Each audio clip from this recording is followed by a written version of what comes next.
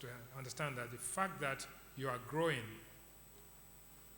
and the fact that that growth is not sustainable, the fact that that growth is not accelerated, the fact that that growth is not inclusive, the fact that that growth is not leading to a world of fairness and sustainability, you could be sowing the seeds of anarchy. So let's not just assume that because something is positive, it has the desired impact. You can have positive developments with negative impact. Of what use is growth if it is not sustainable?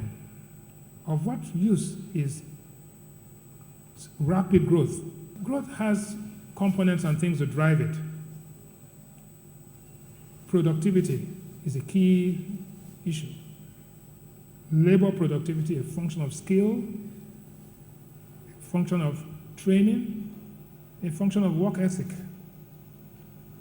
Technological advancement. I came in here this morning, 50 minutes here, got into traffic, got here, finished, and we are on the way out. Whilst here, we're communicating, sharing information, approving documents while in this room. That could never have happened 10 years ago. You had to be physically there, you had to send a telex, you had to do. That time has gone. So, technological advancement and fintech, we're going to have time to talk about that. But also more important is the word capital accumulation.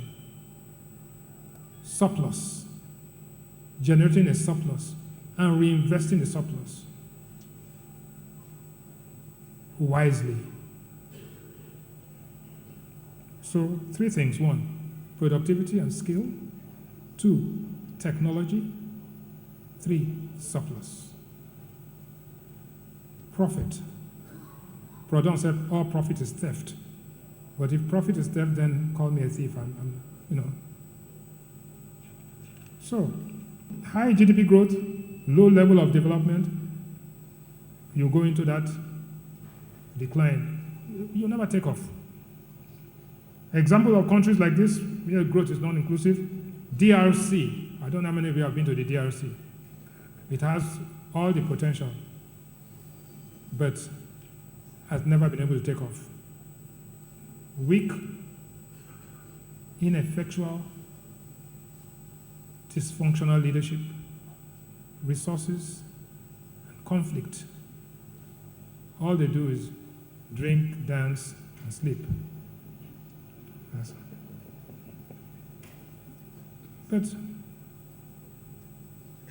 But don't forget, the classroom of today is the economy of tomorrow. You've got to invest in that. So, Angola, diamonds, oil, 28 years of conflict in Cabinda. You can see minus 3.7, minus 7.3. But let's go to the others where you have sustainable and accelerated growth. Look at Singapore, 3.9%. Singapore has an income per capita of over $70,000, if not $80,000. Life expectancy of 85. We had the same life expectancy in 1960 of 51 years. We are at 53, they are at 85. China growing at 6.7%. In fact, that's reduced because they grew at over 10% for about 10 years. India, 8.2%. Indonesia, 5.27%. Diversified. Malaysia, 4.5%. The president just came back at 92. Activists running on his feet. So, there's a correlation between investment and growth, and that's where I'm coming to. Because that component called growth there is consumption, investment, government, export minus import. That gives you growth. One of the other economic truisms, if you may use the word, is that investment and savings are equal, but not necessarily, because planned investment could be equal to planned savings, because that part of income which you don't consume is saved, and necessarily savings is invested.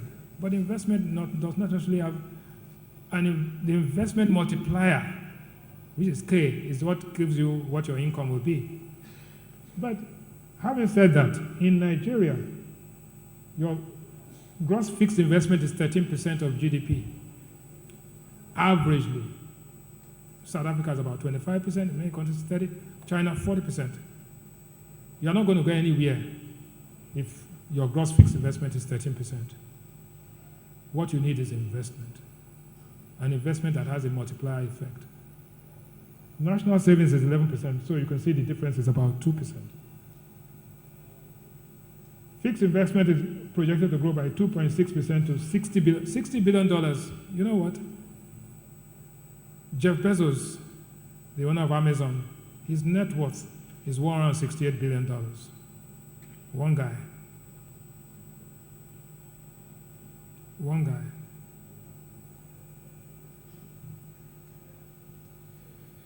So, what are we saying here? You need to invest. And investment does not mean billions of dollars. It means that, first and foremost, you've got to give up something. You've got to give up consumption to invest. You've got to save to invest. Right? So everybody can be, you see, Nigeria is in a permanent state of consumption and celebration. And celebrating nothingness and mediocrity. Right? So there's a time when people must sacrifice. You know, that mood before you go to 6 months or 6 weeks to an exam and everybody is sober. And then you pass the exam and then you celebrate. That's the way life should be. But you can't be in that mood of celebrating before the exam and crying after the results. You know, it's not, that cannot be the. That is our thought process. That's our work ethic. And then we blame every other person for our failure. So the next slide will show you that what you sow is what you reap. This slide tells you that the fastest growing countries in the world, Bhutan, Anguilla, India, Cambodia, and Bangladesh, right? And this other slide tells you the inflows. So even if you don't invest, foreign investment will come in. We're talking about $379 billion in 1 year in the United States, $174 billion in Hong Kong, $135 billion. Look at Ireland. I was in Dublin last week. You can't even believe it, just by being in the proper arrangement. Apple and all these other guys are in Ireland. So while the UK is wandering and struggling, and right, those guys have virtually taken off because they're emphasizing the right things, they're investing in the right things, and after they virtually died themselves, and Iceland died during yesterday was 10-year anniversary of the fall of Lehman Brothers. And look at, they're out of it and they've taken off. They've learned their lessons. What has happened in some other countries? We've had a double dip. We had that recession in 2008, and we've had another one. I mean, we had a crisis and then a recession. So there are lessons to be learned there that if you don't invest, you will not reap. And if you invest, you have to invest wisely as well. But what's the good news? The good news is that the percentage of the population of this country who have entrepreneurial spirit and activity, who run, even if they are working, they have a little thing on the side, highest in the world, 40% are Zambians. Number 2 in the world is Senegal. And number 3 in the world, Nigeria, is about 38.9%. So the entrepreneurial spirit is there, the activity is there, and that's why, in spite of, when you say there's an income per capita of a particular level, every driver, every great man's wife is a trader and is selling and earning more than him. So the urge to invest is there, the urge to make a profit is there. All they need is organization and funding. So we'll go to the next slide, which tells you the picture. Consumption represents 79% of our total GDP. In 2017, total consumption is $311 billion of a GDP of $376 billion.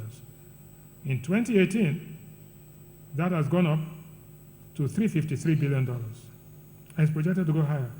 Consumption is good because it's what we demand that somebody supplies.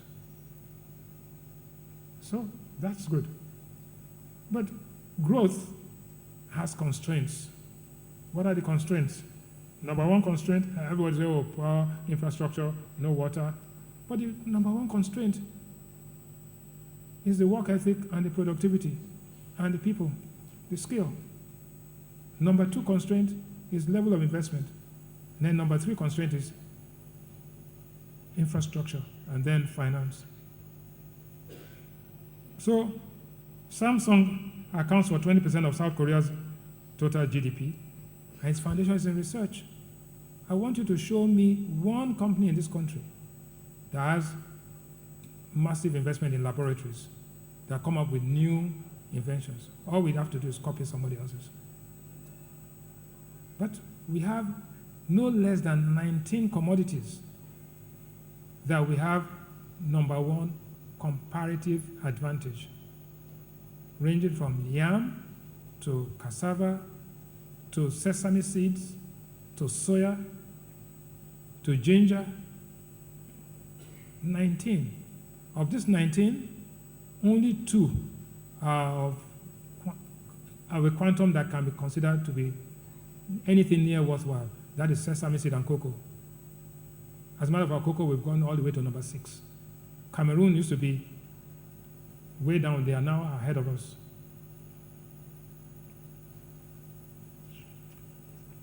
So those are the opportunities, and those are low-hanging fruits. Now, where is the economy today? I think we cannot